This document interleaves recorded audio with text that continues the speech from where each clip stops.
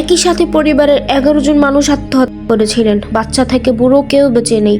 এটা কোনো কাল্পনিক গল্প নয়, এটা একটি বাস্তব ঘটনা যা শুনলে আপনার শরীর শিউরে উঠবে এবং আপনি অবাক হতে বাধ্য হবেন। ভিডিওটি স্কিপ না করে সম্পূর্ণ গল্পটি শুনুন, আপনার শরীর শিউরে উঠবে। কাহিনী শুরু হয় ভারতের দিল্লির বুরারি এলাকার এক সকালে।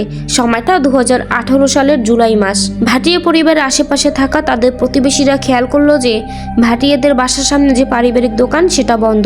খবরের কাগজ, দুধের প্যাকেট সব গেটের সামনেই পড়ে আছে। এমন তো কখনো হয়নি, কিন্তু আজ প্রায় দুপুর, এখনো সেম অবস্থা। কিন্তু কেন? তাই কৌতূহল নিয়ে একজন প্রতিবেশী দরজা কড়া নাড়তে যায়। গিয়ে দেখে দরজাটা আগে থেকেই খোলা। ভেতরে ঢুকে যখন সে নাম ধরে ডাকতে থাকে তখন কুকুর ডাকার আওয়াজ কানে আসে। সে আস্তে আস্তে সিঁড়ি দিয়ে উপরে উঠতে থাকে। ঠিক তখনই সে এক ভয়ঙ্কর দৃশ্য দেখতে পায়। সে দেখতে পায় ভাটিয়া পরিবারের 10 জন সদস্য একসাথে সিলিং থেকে ঝুলে রয়েছে। পরিবারের সব থেকে প্রবীণ সদস্য নিজের ঘরে মেঝেতে পড়ে আছে, তার গলায়ও কাপড় পেঁচানো আর খাটের সাথে ঝোলানো। পরিবারের 12 নম্বর সদস্য কুকুরটি দোতলায় চেন দিয়ে আটকানো এবং সে ডেকে চলছে। এই বাড়িতে মোট 3 প্রজন্মের বাস ছিল। বাড়ির প্রধান নারায়ণী দেবী, বয়স 80, তার 2 ছেলে এবং তাদের স্ত্রী এবং 1 মেয়ে, এবং বাকি আরো 5 জন হচ্ছে তাদের সন্তান। মোট 11 জন মানুষ একই দিনে মারা গেছে। কেবল একবার দৃশ্যটা ভাবার চেষ্টা করুন, একই পরিবারের এতগুলো মানুষ একই সাথে মরে পড়ে আছে। ব্যাপারটা কোনোভাবেই স্বাভাবিক কিছু না। পুলিশকে খবর দেওয়া হলো। ঘটনা দুইটা হতে পারে, সবাইকে কেউ হত্যা করেছে অথবা সবাই একসাথে আত্মহত্যা করেছে। ঘটনা যাই হোক, কোনোটাই স্বাভাবিক কোনো ব্যাপার না। পুলিশ তদন্ত শুরু করে। প্রথমে খুন মনে হলেও খুনের কোনো আলামত তারা খুঁজে পায় না। বাসায় জোর করে প্রবেশের কোনো প্রমাণও পাওয়া যায়নি। যদি কেউ তাদের খুন করে থাকে তাহলে এতটা নিশ্চুপভাবে তাদের কোনোভাবেই খুন করে ফেলা সম্ভব না।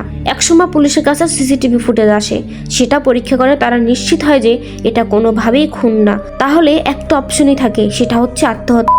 এখন পরিবারের সবাই একসাথে আত্মহত্যা করবে? প্রশ্নটা হচ্ছে কেন? প্রতিবেশীদের ভাষ্যমতে তাদের জীবনে এমন কোনো বড় ঘটনা ঘটেনি যার কারণে পরিবারের সবাইকে একসাথে এইভাবে জীবন দিতে হবে। কদিন আগেই পরিবারের এক সদস্যের বিয়ের এঙ্গেজমেন্ট হয়েছে। হাসি খুশি একটা পরিবার, তারা কেন একসাথে সবাই মারা যাবে, তাও আত্মহত্যা করে? পুলিশের মাথায় কিছু ঢুকে না। এদিকে মিডিয়া যেন পাগল হয়ে উঠেছে। নানান মানুষের মনে নানান থিওরি ভেসে আসছে। কেউ কেউ মনে করছে এর ভিতরে কোনো জাদুমন্ত্রের ব্যাপার আছে। একজন তান্ত্রিক মহিলার নামও সামনে চলে আসে। তারপরেই পুলিশের কাছে একটি রেজিস্টার খাতা আসে। খাতাটা পরিবারের ছোট ছেলে লালিটের।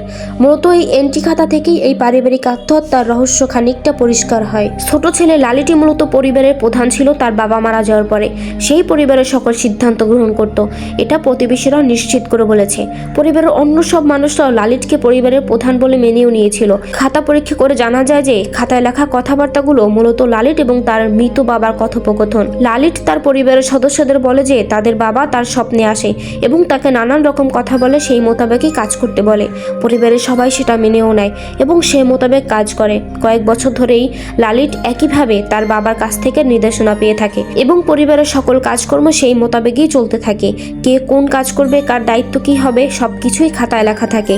লালিট পরিষ্কারভাবে মানসিক সমস্যাতে ভুগছিল। বেশ কয়েক বছর আগে লালিটের জীবনে একটা দুর্ঘটনা ঘটেছিল। সে যেখানে কাজ করত তার মালিকের সাথে তার ঝামেলা হয়েছিল। তখন তার মালিক এবং তার কয়েকজন লোক মিলে তাকে মেরে একটা ঘরে বন্দি করে আগুন লাগিয়ে দিয়েছিল।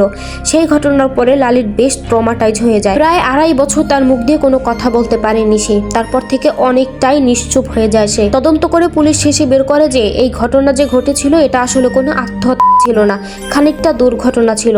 তারা যে কাজটা করেছে তারা নিজেদেরকে মেরে ফেলার উদ্দেশ্যে কাজটা করেনি। খাতার শেষ এন্ট্রিগুলো দেখলে বোঝা যায় যে এমন একটা ঘটনার প্রস্তুতি তারা নিচ্ছিল অনেকদিন আগে থেকেই। তারা তাদের মৃত বাবার সাথে মিলিত হওয়ার জন্য। ঘটনাটা এমন ঘটার কথা ছিল যে সবাই যখন এমন করে ঝুলে পড়বে তখন তাদের বাবা এসে তাদের সাথে মিলিত হবে এবং সবাইকে আবার ফিরিয়ে নিয়ে আসবে। এই বিশ্বাস থেকে তারা এই কাজ করতে রাজি হয়েছিল। পরিবারের ছোটদের সবার হাত এবং পা বেঁধে দেওয়া হয়েছিল, মুখে টেপ এবং চোখও বেঁধে দেওয়া হয়েছিল। পুলিশের মতে এই কাজটা সম্ভবত লালিটই করেছিল, কারণ সবার মধ্যে কেবল লালিট এবং তার স্ত্রীর হাত পা খুব বেশি ভালো করে বাঁধা ছিল না। এটা আসলে আত্মহত্যা না, কারণ তাদের মনে বিশ্বাস ছিল যে তারা মরবে না এবং তাদের বাবা তাদের কাছে ফিরে আসবে। যাদের কাছে সময় আছে তারা আরও বিস্তারিত জানার জন্য নেটফ্লিক্সের লিমিটেড সিরিজটা দেখতে পারেন, house of secret, the Burari file. এরকম আরও নতুন গল্প শুনতে অবশ্যই কমেন্টে জানাবেন এবং আমার ইউটিউব চ্যানেলটি সাবস্ক্রাইব করে দিয়ে আমার সাথেই যুক্ত থাকবেন। এতক্ষণ সাথে থাকার জন্য অসংখ্য ধন্যবাদ।